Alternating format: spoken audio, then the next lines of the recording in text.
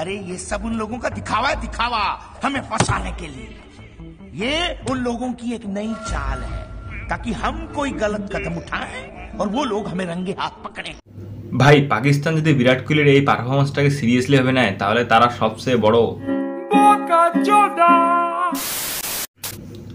আমার মনে হয় বিরাট কোহলির নেক্সট ম্যাচে মানে পাকিস্তানের সাথে ইন্ডিয়ার যেটা ম্যাচ আছে সেখানে বিরাট কোহলি 50+ স্কোর করবে। বলেন কি? আর হার্দিক পান্ডের আজকের পারফরম্যান্স দেখেছো, 4 ওভার বল করেছে, 27 রান দিয়েছে, 3টে উইকেট নিয়েছে, তার সাথে 1 ওভার মিডেনও দিয়েছে। না ইন্ডিয়া জার্সি পড়ার পর থেকে হার্দিক পান্ডে একটা আলাদাই লেভেলে চলে যায়।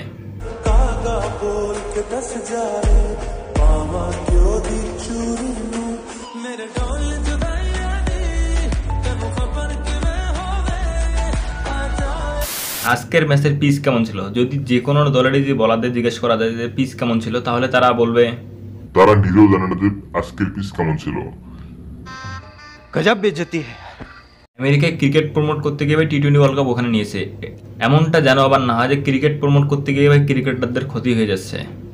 যে পিচের মধ্যে বলারাই বুঝতে পারছিল না যে কোনটা বল ইন সুইং হচ্ছে কোনটা বল আউট সুইং হচ্ছে, আবার সেই পিচের মধ্যে রোহিত শর্মা খেললো একটা 50+ রানের ইনিংস। মানে বুঝতে পারছো ভাই রোহিত শর্মা মানে আলাদাই জগতে চলে গেছে টিম ইন্ডিয়া যাচ্ছে পড়ার সাথে সাথে।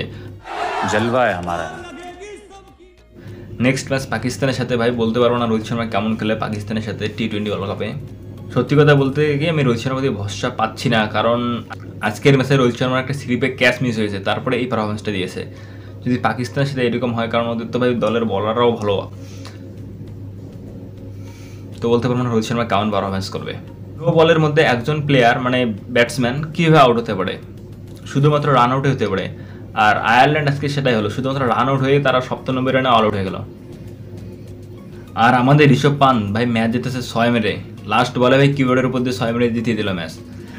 আশা করি ঋষভ পান্ত পাকিস্তানের সাথে যে ম্যাচটা হবে সেখানে ভালো খেলবে এবং হার্দিক পান্ডিয়া তো ভাই অলরাউন্ডার পারফরমেন্স দিবে।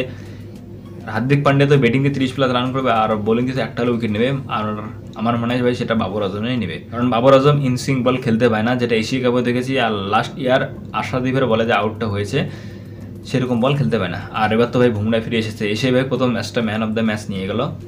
সো বুঝতেই পারছো বুমরা তো ভাই তার ফর্মে চলে এসেছে, 3 ওভার বল করে 6 রান দিয়ে ভাই 2টা উইকেট নিয়েছে, তার মধ্যে 1 ওভার মেডেন।